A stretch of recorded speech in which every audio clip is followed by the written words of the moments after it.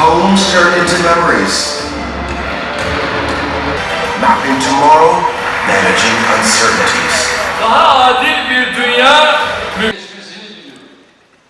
Gerek katılım ve temsil, gerek kapsam ve içerik noktasında küresel bir markaya dönüşen Antalya Diplomasi Forumu'nun bu senede başarıyla organize full minutes, very content-rich opening, and now we are extremely delighted and honored to continue the conversation with none other than the President of Slovenia, Nataša Pirc Musar. Madam President, it's wonderful to have you. It's much to talk about.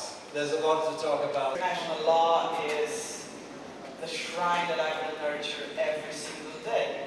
Despite the fact that, I do not like the Iranian regime, but I do know who was violating international law, and that was not Iran. That's the fact.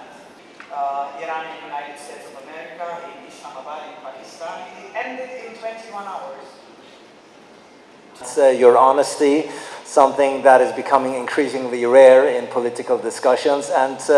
But as you pointed out, you are not just president, but you are a lawyer, and perhaps more importantly, you are a human rights advocate. In the Security Council in New York. Is that the right way to go?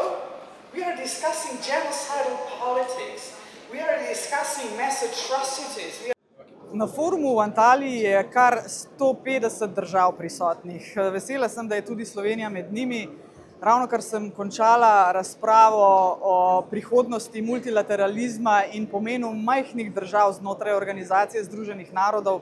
Poudarila sem, da moramo držati skupaj in promovirati vrednote, ki so pomembne za to, da bo svet lepši, če lahko tako rečem.